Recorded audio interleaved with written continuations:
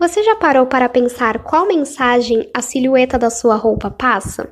Não? No vídeo de hoje vamos fazer uma viagem no tempo e entender os simbolismos por trás das silhuetas entre os anos de 1900 e 1990. E ao final do vídeo eu quero que vocês me digam como definiriam sua silhueta e o que vocês acham que ela significa. Começando por 1900. Essa época tinha uma silhueta que era chamada de Vespa. O corpo das mulheres formava um S, onde seios eram projetados para frente e quadril para trás. Outra característica marcante é as cinturas bem marcadas, conseguidas através do uso de corset. Esse tipo de silhueta já era comum nos finais do século XIX e se estendeu até meados da década de 1900. As Gibson Girls, eu já falei sobre elas aqui no canal. Caso vocês queiram mais detalhes, vou deixar o link do vídeo na descrição. Elas foram ilustrações criadas pelo Charles Dana Gibson, e em parte grandes responsáveis pela popularização da silhueta S, já que eram desenhadas nesses moldes. Destacar os seios, o quadril, até mesmo os dois ao mesmo tempo, foi por séculos requisito básico em qualquer traje feminino. Os ideais de beleza e feminilidade estavam atrelados a essas duas partes do corpo e era preciso exibi-las. Nos finais da década de 1900, a silhueta mudou bastante se comparada com o início. Os vestidos se tornaram mais soltos e a marcação, antes na cintura, subiu para a região do busto. Alguns modelos de vestidos dessa época lembram bastante a moda da regência, que aconteceu no começo de 1800. A parte de baixo era mais solta e o volume era concentrado no tronco. As mangas eram bem livres e os tecidos davam uma sensação de leveza e romantismo. Os anos 20 reformularam todo o conceito de feminilidade vigente. A silhueta era reta e o ideal de corpo era magro e sem curvas. Era bastante comum entre as mulheres o uso de cintas que comprimiam seios, quadril e coxas. Costumamos dizer que a silhueta da moda de 1920 era tubular. A cintura era baixíssima e muito pouco marcada. O volume era mais presente nas barras dos vestidos e aparecia em forma de plissato ou camadas. Alguns visuais tinham a silhueta com destaque para as laterais. Isso acontecia através da aplicação de flores, echarpes e mangas soltas. Nos anos 20 houve a introdução da calça no guarda-roupa feminino, mas ela apareceu com mais frequência na década seguinte. Nos anos 20, as mulheres conseguiram voltar pela primeira vez nos Estados Unidos. Foi um momento marcado por grandes transformações e reflexões sobre o papel da mulher na sociedade.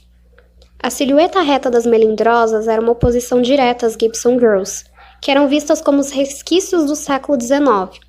Havia uma tentativa de se criar um novo ideal de mulher, e ele deveria ser diferente do que era antes. Essa charge aqui explica bem a visão de algumas mulheres da época. As personagens estão vendo um livro com uma fotografia de finais do século XIX e riem por acharem a estética ultrapassada. No bloco seguinte acontece o inverso. Mulheres do futuro riem da moda dos anos 20. Essa charge é muito inteligente e pertinente porque, ao olharmos para trás, além, é claro, de acharmos algumas modas bonitas, é muito possível que nos perguntemos como usei isso, como as pessoas conseguiam usar aquilo. Os anos 30 resgataram as marcações abaixo do seio. Isso dava a ilusão das mulheres serem mais alongadas. As regiões do colo, ombros e braços tinham bastante destaque. A estilista Madame Grès trouxe leveza com seu drapeado egípcio. Uma outra influência da antiguidade na silhueta dos anos 30 foram os vestidos de festa da época, bem soltos e que se assemelhavam às túnicas gregas. Madeleine Vionnet foi uma designer bem especialista nesse quesito.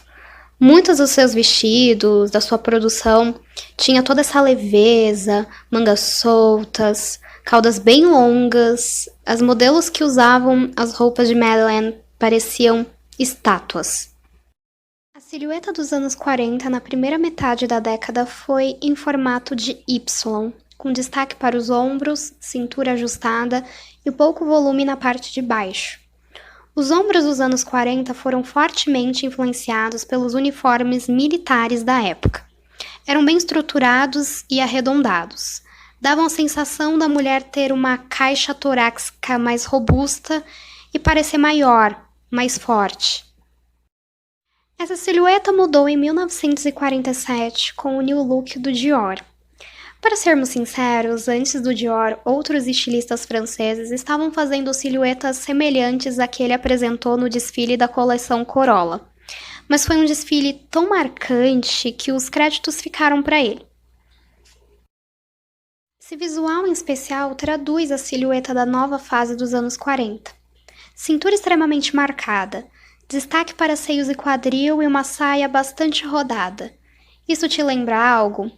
Pois é. Dior se inspirou na moda dos meados do século XIX. O pós-guerra tentou resgatar a antiga feminilidade, e por isso o New Look causou grande fascínio. A silhueta dos anos 50 em seu início foi igualmente marcada pelo New Look. Nos meados da década, vestidos extremamente rodados, com saiotes por baixo, eram muito usados. Por ser uma época de pós-guerra, diversos países estavam se reerguendo. Havia um grande desejo de deixar os horrores dos anos 40 para trás.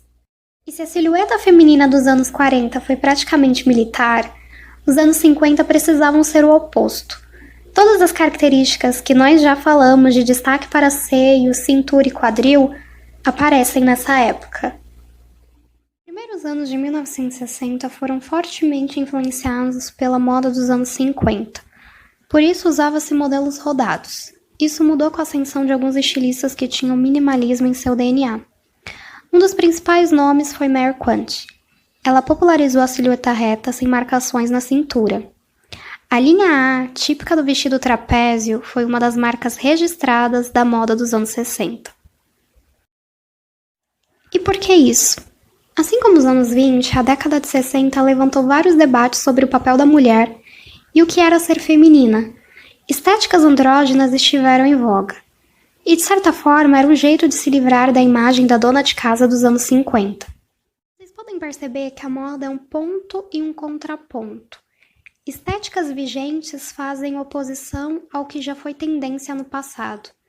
E, às vezes, num passado não tão distante. As mudanças de pensamento são sempre externalizadas em roupas. É um fenômeno que acontece o tempo inteiro.